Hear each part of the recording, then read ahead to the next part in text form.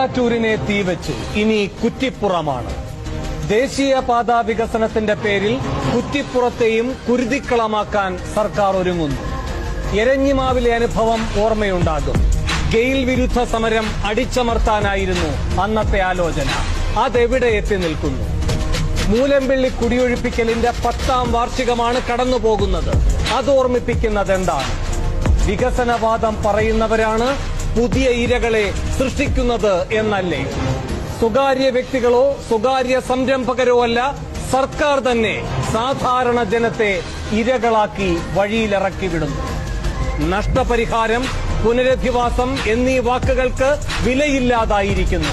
എന്നുവെച്ചാൽ ജീവിക്കേണ്ടവന് വിലയില്ലാതായിരിക്കുന്നു എന്നർത്ഥം. ആരാണ് വിലയില്ലാതാക്കിയത്? സർക്കാർ തന്നെ. അല്ലെങ്കിൽ കണക്ക് നിരത്തണം കാരണക്കാർ.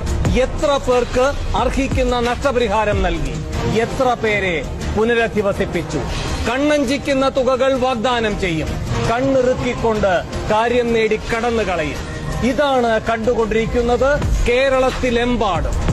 പുത്തൻ വികസനത്തിന്റെ പേരിൽ ഇതുവരെ പാലിച്ചു കണ്ടത് ഒന്ന് മാത്രം: കിടപ്പാടമുണ്ടായിരുന്നവരെ പുറംപോക്കിലേക്ക് ഓടിക്കുന്നു.